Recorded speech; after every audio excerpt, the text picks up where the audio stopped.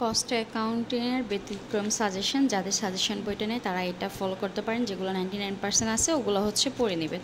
এটা হচ্ছে প্রথম অধ্যায়, এটা হচ্ছে সেকেন্ড অধ্যায়। একটু আপনারা হচ্ছে মোবাইল স্ক্রিনশট নিয়ে নেন, তাহলে আপনাদের জন্য সুবিধা হবে। এটা দ্বিতীয় অধ্যায়,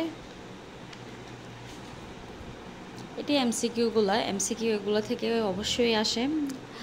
যারা হচ্ছে নিরীক্ষা নিশ্চয়তা এক্সামটা দিয়েছেন তারা বলতে পারবেন।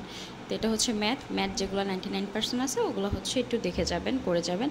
আর এখন তো এক্সট্রা করে পড়ানো বা বোঝানোর কিছু নাই অ্যাকচুয়ালি, কারণ যা পড়ানো যা বোঝানোর তা হচ্ছে এক্সামের আগে হয়ে গেছে, ঠিক আছে। জাস্ট এগুলো হচ্ছে যেগুলো 99% ওগুলো দেখে যাবেন। এই দেখেন এই দুটো অঙ্কই কমন। এটা হচ্ছে তৃতীয় অধ্যায় থেকে এগুলো পড়বেন। তারপর হচ্ছে যারা অঙ্কে দুর্বল তারা কিন্তু থিওরিটা একটু হলেও দেখে যাবেন, যাতে হচ্ছে একটু পাস মার্কটা আনা যায়, ঠিক আছে। কারণ হচ্ছে থিওরিতে আপনি 12 আর হচ্ছে 20 থাকি, মানে হচ্ছে 22 আর হচ্ছে ছোট কোশ্চেন 10, টোটাল হচ্ছে 32 মার্কস থাকবে। আর আপনি যদি আর দুইটা অঙ্ক দিতে পারেন তাহলে আপনি পাস হয়ে যাবেন। আর থিওরিগুলো সবগুলো দিতে পারলে, তাহলে কেন থিওরিগুলো পড়বেন না যাদের কাছে অঙ্কগুলো কঠিন লাগে। আর যদি হচ্ছে কস্ট অ্যাকাউন্টিংয়ের অঙ্কগুলো খুবই সহজ অন্য অধ্যায় থেকে, অন্য ইয়ে থেকে, তার জন্য অঙ্কগুলো দেওয়ার চেষ্টা করবেন, ঠিক আছে। এই যে দেখেন এগুলো 99%, এখানে 99% নাই। তারপর হচ্ছে শ্রম থেকে দেখে যাবেন। গত বছর এইখান থেকে কোনো অঙ্ক আসে নাই, এবছর আসার সম্ভাবনা আছে। অ্যাকচুয়ালি আসবে, আমি তাও বলবো না, আসার সম্ভাবনা আছে।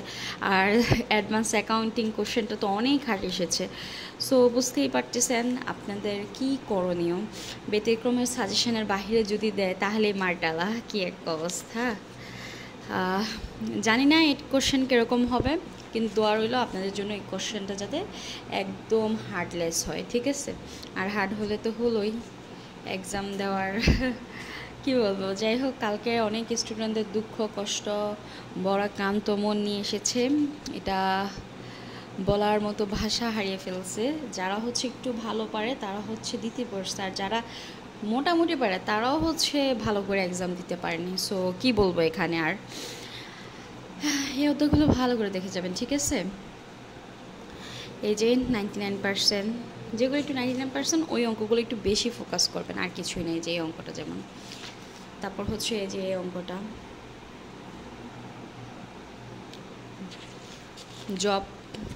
জব বই থেকে শর্ট কোশ্চেনগুলো একদম ছোটো ছোটো, যেগুলো 99% ওগুলো জাস্ট দেখবেন, একে বেশি দেখার দরকার নেই। কারণ এক্সামের আগে আপনি এত করতেও পারবেন না, এত প্র্যাকটিসও পারবেন না।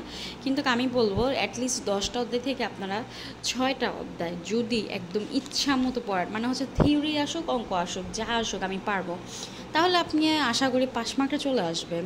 এখানে ফেল আপনাকে কেউ জোর করে হলেও করাতে পারবে না। সো 5-6টা অধ্যায় আপনি টার্গেটে রাখবেন, ঠিক আছে। যেমন প্রথম থেকে 5টা রাখতে পারেন, বা হচ্ছে কেউ 1 2 3, তারপর হচ্ছে 4 9 বা 1 2 3, মানে অ্যাজ ইউ উইশ, মানে একটা আছে না অ্যাভারেজে, মানে সবগুলো থেকে কিছু না কিছু কোশ্চেন থাকে। তার জন্য আপনি 5-6টা যদি অধ্যায় একদম ফুললি কাভারেজ করে যান, তাহলে দেখবেন আপনি পাস করে গেছেন। পাস করা ইজি, কিন্তু ফেল করা কঠিন। তারপর হচ্ছে কি আমরা ফেল করে ফেলি, এই আর কি আমাদের প্রবলেম।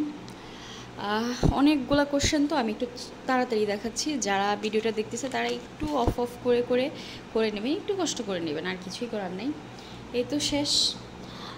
তো আপনাদের জন্য দোয়া এবং ভালোবাসা রইল, যাতে এই এক্সামটা অন্তত পক্ষে হচ্ছে একটু ইজি হয়, আপনাদের সহায় হয়, এই আর কি। কারণ কালকের পরীক্ষা দিয়ে সবারই হচ্ছে মন এতই খারাপ, মানে বলে বোঝানো যাবে না। তো আপনাদের পরীক্ষা অ্যাডভান্স অ্যাকাউন্টিং কেমন হয়েছে সবাই অবশ্যই কমেন্টে জানাবেন। আর এটা ছিল হচ্ছে 2022 সালের প্রশ্ন। দেখেন এত ইজি, কি বলবো, আপনাদেরটা কীরকম হয় সেটা আল্লাহই জানে একমাত্র।